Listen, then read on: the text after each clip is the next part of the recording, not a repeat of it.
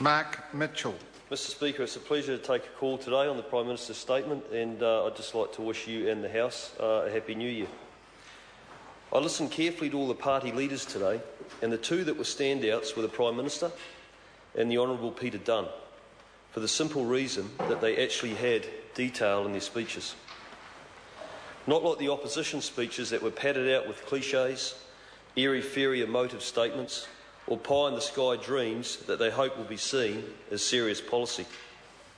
It is also sad to listen to the Green Party spend a lot of their time and energy trying to convince New Zealand and the rest of the world how bad we are at looking after our own country and environment. I can't help but find this offensive, as I feel that as a Kiwi, most of us are very proud of our beautiful country and make a contribution, whether it be a small daily act of recycling or spending a weekend planting trees with the local community. The Green Party should be very careful about looking down their noses at the rest of us. I was disappointed with the comments that Honi Harawira made about the mistrust and dislike that his constituents have towards the police. We have the most professional, well-trained and corrupt-free police service in the world. I've seen other police services around the world that would give Mr Harawira a real excuse to moan if he were to ever come in contact with them. If there is tension that exists for his constituents, then perhaps it would be a good idea to reflect on what they could do differently to improve the relationship, rather than point the finger in one direction. The Prime Minister clearly signalled today that the economy will continue to be a strong focus for the government this year. The Deputy Prime Minister has been clear and consistent on managing the government's finances to return us to surplus and continue to reduce debt. We've already made a huge turnaround in the government's books by implementing the biggest changes to the tax system in a generation, reforming our welfare system to strengthen work obligations and to bring into sharp focus productivity. When many of the Western economies are struggling to generate growth, our own economy has grown 2.5%.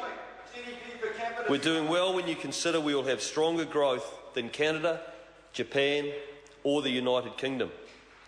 I was disappointed to hear the Green and Labor parties attack and ridicule the proposed investment this government has made in commitment to infrastructure.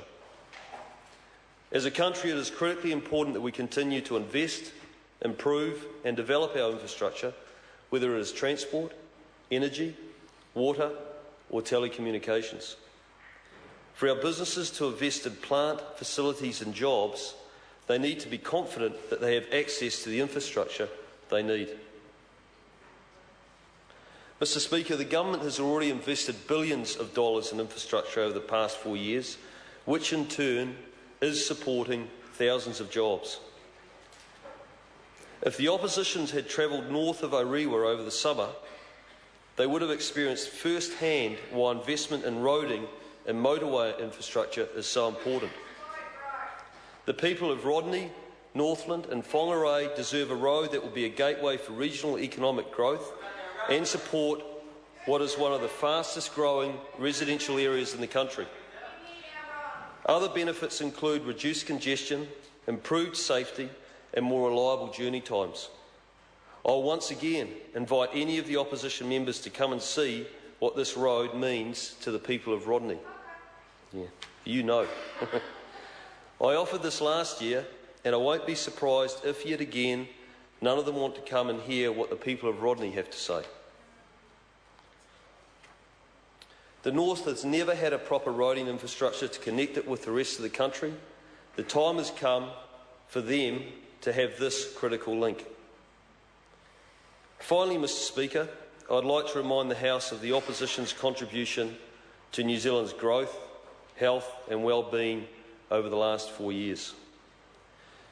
Mr Speaker, they've been opposed to tax changes, opposed to work expectations for beneficiaries, opposed to major roading and infrastructure projects, opposed to free trade agreement with the US, opposed to cutting red tape and compliance costs, and opposed to the 90-day trial period, opposed to oil and gas exploration.